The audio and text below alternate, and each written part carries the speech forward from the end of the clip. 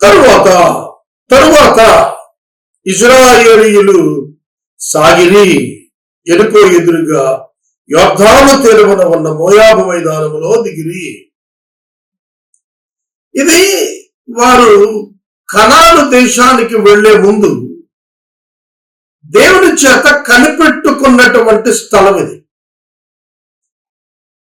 కనాను దేశానికి వెళ్ళడానికి మునుపు మోయాబు మైదానాలు యొర్దాను తూర్పు దిక్కున ఖాళీ స్థలంలో వాళ్ళు విడిది చేసి ఉన్నారు. తరువాత అనే పదంతో 22వ అధ్యాయం ప్రారంభిస్తున్నాడు రచయిత. దేని తరువాత అహరోను మరణము తరువాత, మిరియాము మరణము తరువాత. అర్థమవుతుందా? హెష్బోను, సీహోను, ఓగు రాజులను సంహరించిన తరువాత ఇశ్రాయేలీయులు చాలా బలమైనటువంటి విశ్వాసంతో ముందుకు వస్తున్నారు. మోయాబు రాజు ఇది చూశాడు. బాలాకు అనేటువంటి రాజు సిప్పోరు కుమారుడు ఇతడు మోయాబీయులకు ఆ కాలంలో రాజు. అతడు ఈ జనాభాని చూచాడు. ఇజ్రాయేల్ జనాంగం 6 లక్షల కాల్బలం, 20 లక్షల ప్రజలు, ఆడవాళ్ళు, పిల్లలు, పెద్దలతో కలిపి వాళ్ళు వచ్చేస్తున్నారు. అంతేకాక అమోరీయులకు వారు చేసినదంతయు అతడు చూచాడు. బాలాకు అంతకు మునుపే అమోరీయులకు, సీహోను, ఓగులకు ఏ విధంగా సులువుగా సంహరించి వచ్చేశారో అది చూశాడు. అందుకే అతనికి భయం కలిగింది వారిని ఎదుర్కోవడానికి. వారి వెనకాల దేవుడు ఉన్నాడని అతనికి అర్థమైంది.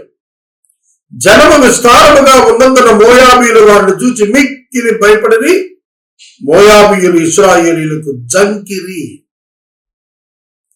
భయపడిన వాడు, జంకిన వాడు యుద్ధమేం చేస్తాడు? పారిపోతాడు. కాబట్టి వారి రాజు వేరొక మార్గాన్ని ఎంచుకున్నాడు. మోయాబీయులు మిద్యాను పెద్దలతో ఎదుట బీటి పచ్చికను నాకి వేయినట్లు ఈ జనసమూహం మన చుట్టూ ఉంది. యావత్తును ఇప్పుడు నాకి వేస్తారు వీళ్ళు అని చెబుతున్నాడు. ఆ కాలం ముందు బాలాకు మోయాబీయులకు రాజుకున్నాడు కాబట్టి అతడు బెయోరు కుమారుడైన బిలామును పిలిపించడానికి అతని జనుల దేశమంతటి నది అతను పితోరుకు దూతలతో వర్తమానం పంపించాడు. వాళ్ళు వెళ్ళి ఏమని చెప్తారు? చిత్తగించి ఒక జనం ఐగుప్తుల నుండి వచ్చారు. వారు భూతలమును కప్పి నా ఎదురు దిగి ఉన్నారు. కాబట్టి నీవు దయచేసి వచ్చి నా నిమిత్తము ఈ జనమును శపించు. వారు నాకంటే బలవంతులు. వారిని హతము చేయుటకు నేను బలం పొందుతానేమో. అప్పుడు నేను ఈ దేశం నుండి వారిని తోలేస్తాను. ఏనగనగా నీవు దీవించబడు వాడు దీవించబడుననియు, శపించువాడు శపించబడుననియు నేను ఎరుగుదును. అబ్రహాముకి ఇచ్చినటువంటి దీవెనండిది. నిన్ను దీవించువాడిని నేను దీవిస్తాను, నిన్ను శపించువాడిని నేను శపిస్తాను. ఇక్కడ కూడా ఇదే మాట వాడుతున్నాడు బాలాకు.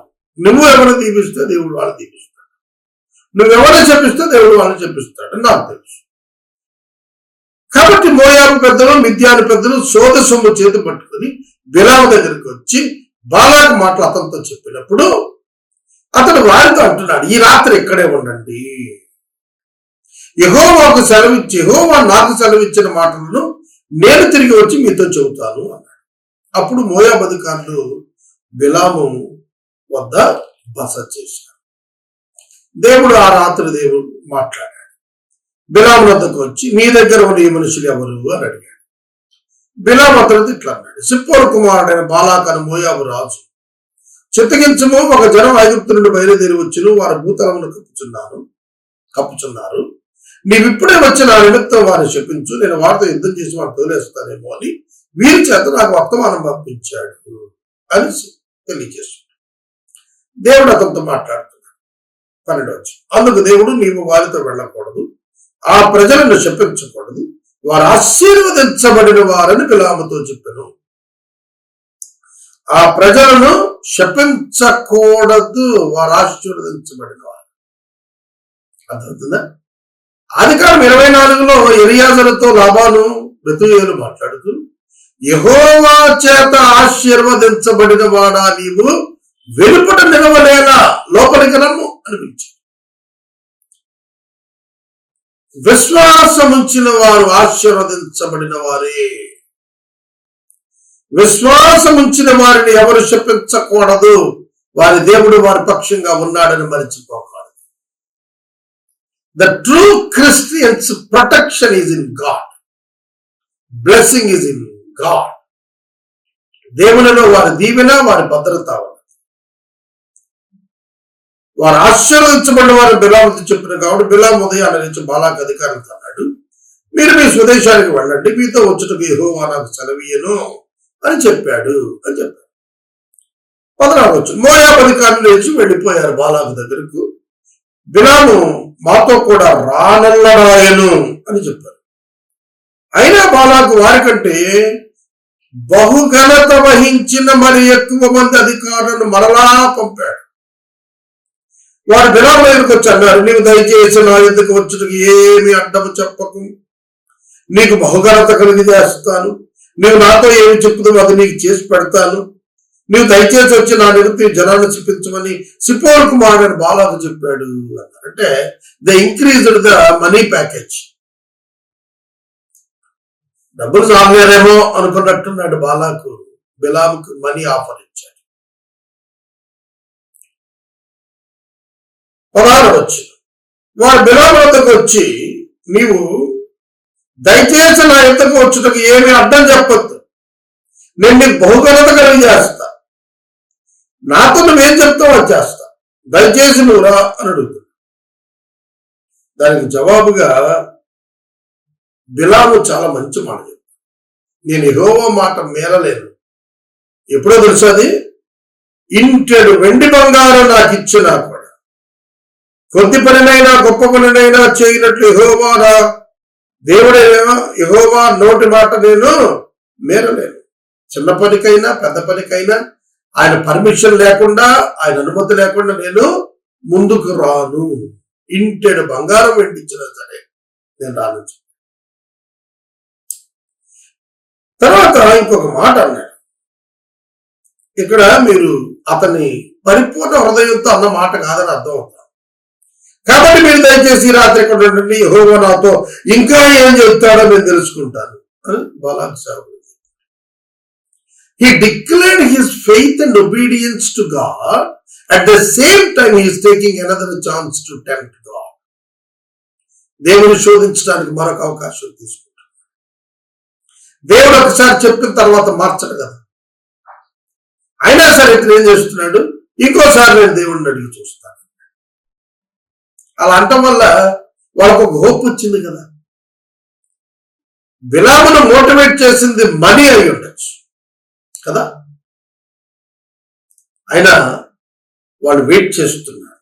ఆ మనుషులు నిన్ను పిలువ వచ్చినప్పుడు నీవు లేచి వారితో వెళ్ళుము, అయితే నేను నీతో చెప్పిన మాట చొప్పున నీవు చెయ్యాలని యెహోవా సెలవిచ్చాడు. ఉదయం బిలాము లేచి తన గాడిద గంత కట్టి మోయాబు అధికారితో కూడా వెళ్ళిపోతాడు. ఒక్కసారి ఇక్కడ ఆగుదాం, ఆలోచిద్దాం.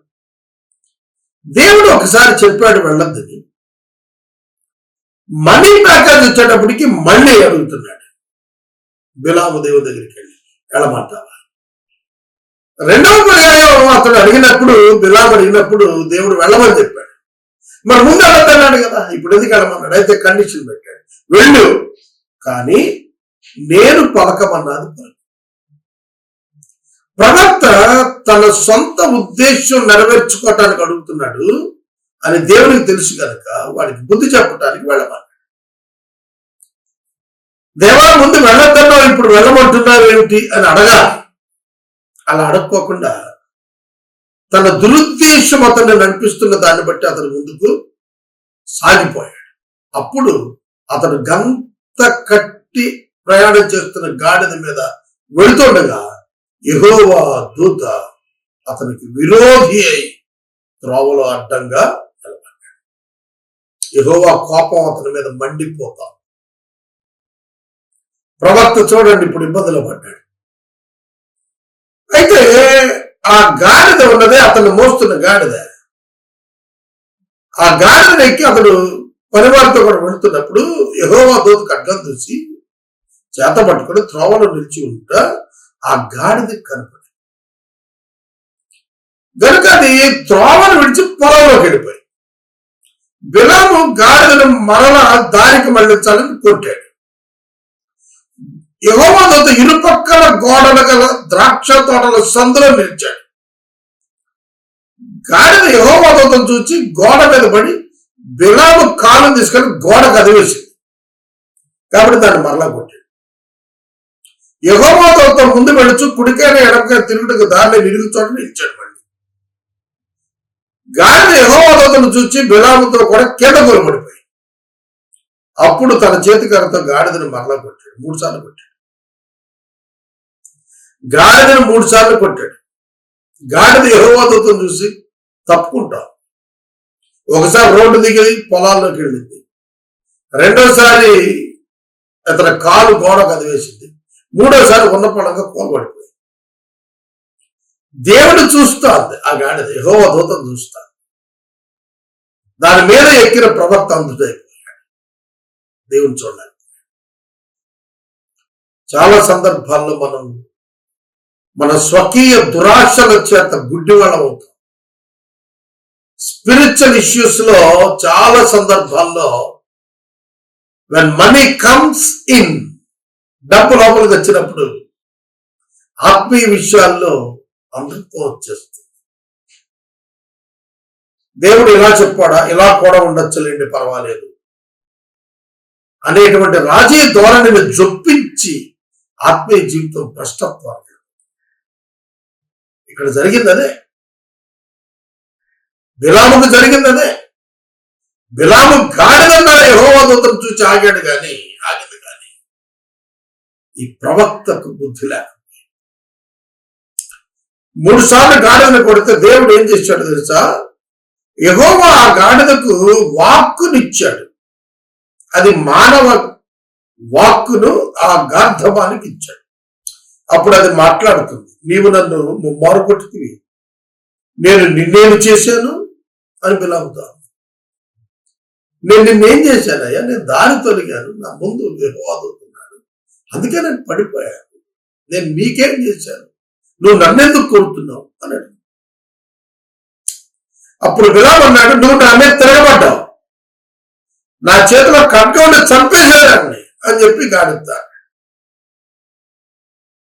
గాడిద బిలాము మాట్లాడుకుంటుంది మానవ భాషలో. స్ట్రేంజ్ కమ్యూనికేషన్, అసలు ఎక్కడ లేనటువంటి విధానంలో మాట్లాడుతున్నారు. జంతువు మనిషితో మాట్లాడితే, ఒకవేళ your pet dog, your pet cat నీతో ఉదయాన్నే లేచి వచ్చి మాట్లాడితే నీకు అట్లా అరే మానవ స్వరంతో గాడిద మాట్లాడుతుందని ఆ మొదటి మాట వినగానే బ్రేకర్ అయిపోవాలండి. బిలాము సరైనడైతే నేల కూలి దేవుడాలను క్షమించని కేకలు ఏడవాలి. అలాంటిది దాంతో వాంఛితం చేస్తున్నాడు. అవునా? 3 సార్లు నన్ను కొట్టావు అంటే బిలాము నాకు మీద తిరగబడ్డావు, అసలు ఖడ్గముడు చంపేసేవాడు నిన్నను. అప్పుడు గాడిద ఒక మాట అడిగింది, నేను నీ దానిని అయినది మొదలుకొని నేటి వరకు నీవు ఎక్కుచూ వచ్చిన నీ గాడిదను కానా. ఎంత అర్థవంతమైన సంభాషణ. నేను నీ దాననైనది మొదలు, నువ్వు నన్ను కొనుక్కున్నప్పటి నుంచి కూడా నేను నీ దాననే కదా, నీవు ఎక్కుచూ వచ్చుతున్న దాననే కదా. ఈ మాట ఒక్క మారు నిజంగా ఆలోచిస్తే, you are my owner and I am your servant. That is the bondage between us. A covenant, a bondage, ఒక ఒప్పందం, ఒక నిబంధన. నీవు నన్ను ఆనాడు నుండి వాడుకుంటున్నావు కదా, నేనేనాడైనా నీకు ఇట్లు చేయటం జరిగిందా అని బిలాముతో అంటే అతడు లేదు అన్నాడు. అప్పుడు యెహోవా బిలాము కన్నులు తెరిచినప్పుడు ఖడ్గము దూసి చేత పట్టుకొని త్రోవలో నిలిచి ఉన్న యెహోవా దూతను అతడు చూచి తల ఉంచి సాష్టాంగ నమస్కారం చేశాడు. అప్పుడు యెహోవా దూతను చూడగలిగాడు. యెహోవా దూత అడ్డముగా నిలబడటం చూడగలిగాడు. సాష్టాంగపడి నమస్కరించాడు. అప్పుడు దూత మాట్లాడుతున్నాడు, ఈ ముమ్మారు నీ గాడిదను నీవేళ కొట్టిదివి, ఇదిగో నా ఎదుట నీ నడత విపరీతమైనది కనుక నేను నీకు విరోధమే బయలుదేరి వచ్చాను. ఆ గాడిద నన్ను చూచి ఈ ముమ్మారు నా ఎదుటి నుండి తొలగను, అది నా ఎదుటి నుండి తొలగని ఎడల నిశ్చయముగా నేను అప్పుడే నిన్ను చంపి దాని ప్రాణాన్ని రక్షించేవాడిని అతను చెప్పాడు. ఇప్పుడు చెప్పండి, ఆ గాడిదకి ఏం జవాబు చెబుతాడు? నేను నీ మీద ఆగ్రహంతో వచ్చాను నిన్ను చంపేద్దామని. ఈ గాడిద నీ ప్రాణం రక్షించింది. అది తప్పుకొని ఉండకపోతే నేను నిన్ను చంపేసేవాడిని. ముమ్మారు కొట్టిన ఆ గాడిద అతని ప్రాణాన్ని కాపాడిందని అతనికి తెలుసా? Human mind is such. దేవుని ఉగ్రత ఏంటో తెలియదు, మనల్ని ఏమి రక్షిస్తుందో కూడా తెలియదు. మనకు దేని మీద మనం అడుగుతున్నామో కూడా మనకు అర్థం కాదు. In depth thought, thinking pattern మనం అభ్యాసం చేసుకోవాలి. కానీ ఏమిటి నేను దేవునికి వ్యతిరేకంగా తయారవుతున్నాను రోజు రోజుకి? నేను చేసిన ప్రసంగానికి భిన్నంగా ప్రవర్తించాను. వెంటనే పరిశుద్ధాత్మ దేవుడు నాలో వచ్చిన ప్రశ్న, నీ ప్రసంగం, నీవు చేసిన ప్రసంగం నీవే వైలెట్ చేశావు. ప్రభువా నన్ను క్షమించని నేను ప్రభువుని అడిగాను. ఎస్, నా ప్రసంగమే నా మీద తీర్పు అవుతుంది. అది నాకు ప్రభు చెప్పినప్పుడు గజగజలాడాను. ప్రియమైన దేవుడు, బిలామును కాపాడింది ఆ గాడిద, లేకపోతే యెహోవా దూత చేతులు చచ్చేవాడు. ఇవాళ మన జీవితం ఒకసారి ఆలోచించుకోవాలి. మనం దేవునికి ఎక్కడ వ్యతిరేకంగా తిరుగులాడుతున్నామో దానిని మనం మరిచిపోయి కాన్సిక్వెన్సెస్ వస్తున్నప్పుడైనా కండ్లు తెరవకుండా, పశ్చాత్తాపడకుండా మరలా పరిస్థితులను మనుషులను నిందించడం,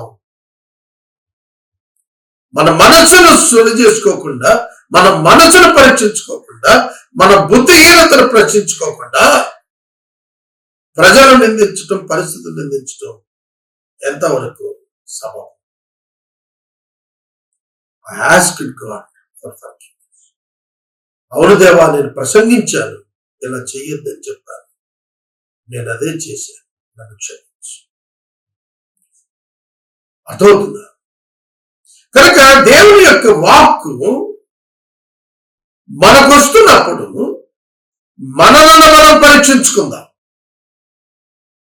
don't try to blame others, examine others. Try to examine our selfs. మనల్ని మనం పరీక్షించుకో. అందుకు బిలామంటాడు, నేను పాపము చేసేదని. నేను పాపం చేసేది. అవును దేవా, నేను పాపం చేసేది. ఈ క్షణ నేను ఒప్పుకోవాలి. దేవుడు నిన్ను హెచ్చరించినప్పుడు వెంటనే నువ్వు ఒప్పుకోవాలి. దావీదును నాతాను ప్రవక్త హెచ్చరిక చేశాడు, వెంటనే ఒప్పుకున్నాడు, ఆలస్యం లేదు. ఆ మనుషుడును నేనే చెప్పేశాడు. ఆ మనుషుడు నీవే అన్నాడు. ఎస్, నేనే. యెహోవా నా పాపమును పరిహరించునుగాక. మనం మాట్లాడుతున్నది, మనం చేస్తున్నది, మనం వద్దని చెప్పేది, ఈ పాపము యొక్క నియమం మన శరీరంలో ఉండి మనల్ని లోపరుచుకుంటోంది. రోమా 7లో పౌలు గారు చెప్పారు. ఆయనను ఈ యొక్క నియమమును జయించిన ఆత్మ నియమం మనకు దేవుడు యేసుక్రీస్తునందు ఇచ్చాడు. దాన్ని జయించుటకు మనకు వీలవుతుంది. ప్రార్థన ద్వారా జయిద్దాం, దేవునికి లోబడటం ద్వారా జయిద్దాం, మెలకువగా ఉండటం ద్వారా జయిద్దాం. అట్టి కృప కొరకై విజ్ఞాపన చేత. 35 వచ్చి, అందుకు బిలాము, నేను పాపము చేసి నీవు నాకు ఎదురుగా త్రోవలో నిలుచుట నాకు తెలిసినది కాదు, కాబట్టి ఈ పని నీ దృష్టికి చెడ్డదైతే నేను వెనకకు వెళ్ళిపోతాను. అప్పుడు ప్రభు అంటున్నాడు, యెహోవా దూత ప్రభువే యేసుక్రీస్తే, రీఇన్కార్నేటెడ్ జీసస్ క్రైస్ట్, నీవు ఆ మనుషులతో కూడా వెళ్ళుము, అయితే నేను నీతో చెప్పు మాట ఏ కాక మరేమీ పలకకూడదని బిలాముతో చెప్పు. ఇక్కడ ఒక హెచ్చరిక, దేవుని మాటతో నీ మాట చేర్చవద్దు. దేవుని మాటను చెరిపి నీ మాటను దేవుని మాటగా చెప్పవద్దు. ప్రవక్త మాట దేవుని మాట అనుకుంటా, ప్రసంగికుని మాట దేవుని మాట అనుకుంటా, దైవ వర్తమానాన్ని దేవుని మాట అనుకుంటా. ఆ దైవ వర్తమానంలో నీ వ్యర్థ సంభాషణను చేర్చద్దు. ఇవాళ ప్రసంగాలు అపహాస్యం అయిపోయాయి, ప్రసంగాలు హాస్యభరితం అయిపోయాయి, ప్రసంగాలు వెరితనంగా ఉన్నాయి. దేవుని యొక్క సందేశాన్ని మాట్లాడాలి తప్ప వ్యర్థమైన వాటి చేత ప్రసంగాలు నింపేస్తున్నారు. అపహాస్యంతో కూడిన ప్రసంగాలు, వెకిరి చేష్టలతో కూడిన ప్రసంగాలు వచ్చేస్తున్నాయి. We all must be careful. నేను వెనక్కి వెళ్ళిపోతానయ్యా. అప్పుడు ప్రభువు చెప్పారు, వెళ్ళు వాళ్ళతో, అయితే నేను చెప్పింది తప్ప వేరేదేమీ పలకద్దు. ఈ ప్రమాదం ఉంది. దేవుని పేరట మన సొంత మాటలు చెప్పే ప్రమాదం ఉంది. ప్రతి క్రైస్తవ బోధకుడు దీని విషయం జాగ్రత్త పడాలి. బిలాము ఆ మనుషులతో పాటు వెళ్ళాడు.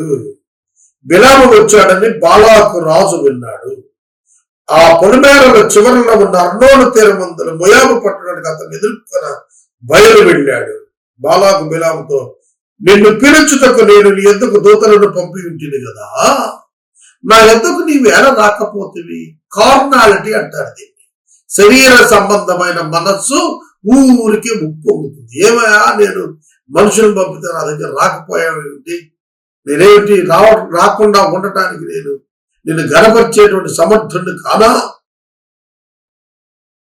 చూడండి, అంటే టు ప్లీజింగ్ పీపుల్. నేను నీ వైపు గీకుతాను, నువ్వు నా వైపు గీకు అన్నట్టు. ఏమైనా నువ్వు ఇంత పెద్ద మనిషివి కదా, నేను పెద్ద మనిషిని కాదా? నిన్ను నేను సన్మానించడానికి సమర్థుడు కాదా? అది అతని యొక్క వ్యాఖ్య. ఇదిగో నీ ఎంతకు వచ్చి తిని, అయిననేమి ఏదైనా చెప్పుటకు నాకు శక్తి కలదా? లేదండి. దేవుని ప్రవక్తకు, దేవుని సేవకుడికు దేవుని మాటను మించి చెప్పే శక్తి ఇవ్వలేదు దేవుడు. He was not permitted to preach beyond the word of God. దేవుని వాక్యాన్ని మించి ఏది బోధించడానికి శక్తి లేదు. అలా శక్తి తీసుకున్నాడంటే వాడి తీర్పులోకి వస్తాడు. దేవుడు నా నోట పలికించు మాటయే పలుకుతానని బాలాకుతో చెప్పాడు. అప్పుడు బిలాము బాలాకుతో కూడా వెళ్ళాడు. కిరియత్ హుచ్చోతుకు వచ్చారు. బాలాకు ఎడ్లను గొర్రెలను పనిగా అర్పించి కొంత భాగము బిలామునకును అతను ఎదురు అధికారం పంపాడు.